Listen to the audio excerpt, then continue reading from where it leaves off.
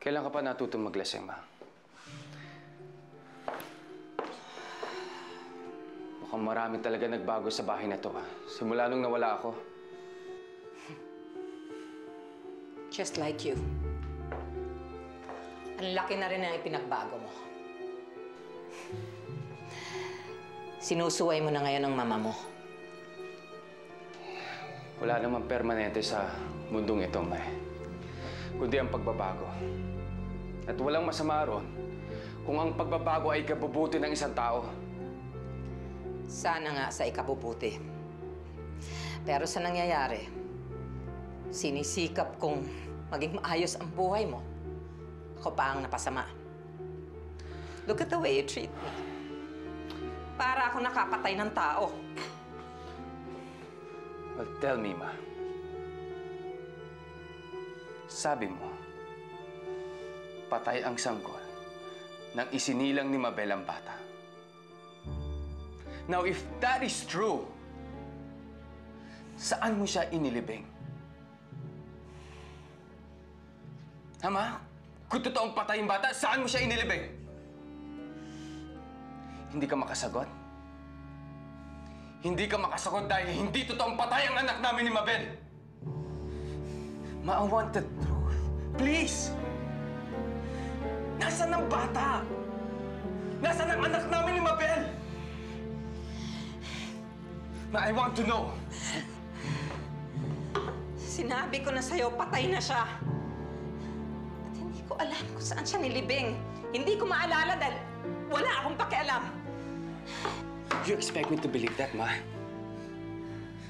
Ilang beses ka na nagsinungaling sa amin? And you expect me to believe that? Pinahanga mo ako, mga. Dahil ang alam ko, habang nalalasing ang isang tao, nagsasabi ng totoo. Pero in your case, lasing ka o hindi, puro kasinungalingan ang lumalabas sa bibig mo. You know why? Because you are a liar.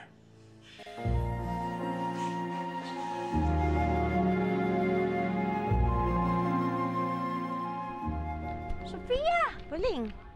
Uy, ano ka ba naman? Ano? Nakapula ka pa man din. Bakit? Kalilibing lang ng asawa mo. Hindi ka ba nahihiya niyan? Aba, ba't naman ako mahihiya? Diyos ko man to. Eh, ano ngayon? Ano naman magpaka-plastic ako? Kung mag-itim ba ako, may babalik naman nun ng buhay ng asawa ko. Oo nga, hindi na may babalik ang buhay ng asawa mo. Pero sa ginagawa mong yan, tiyak, mumultuhin ka nun. Hindi ako takot sa multo. Takot ako sa mga buhay na mukhang multo tulad mo. Tsurang to.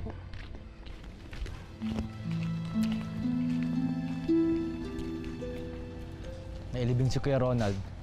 Hindi mo lang nabibigyan ng katarungan yung pagkamatay niya.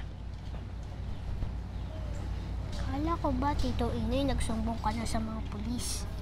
Wala raw kasing sapat na ebidensya. Iimbestigahan pa daw nila. At kung itutuloy man daw yung demanda, kailangan daw ng malaking pera. Ibale, Tito Inoy. Nasaan man si Itay ngayon, nasa tahimik na lugar siya. Hindi, Charming. Hindi matatahimik si Kuya hanggat di siya nabibigyan ng katarungan. Kaya sinusumpa ako. Kaya ng gusto ni Kuya, hindi mapupunta kay Ate Sofia ang pera na naging dahilan ng magang pagkamatay niya.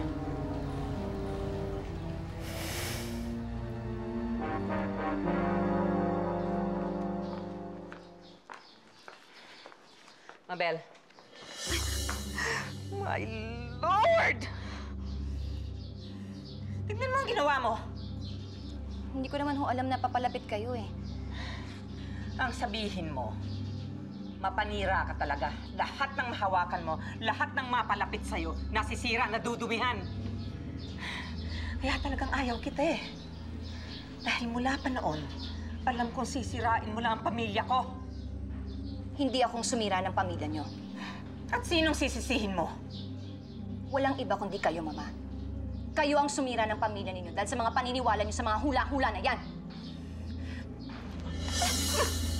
Sige, Mama. Subukan niyo saktan ng asawa ko. Hindi ko na kayo mapapatawad pa.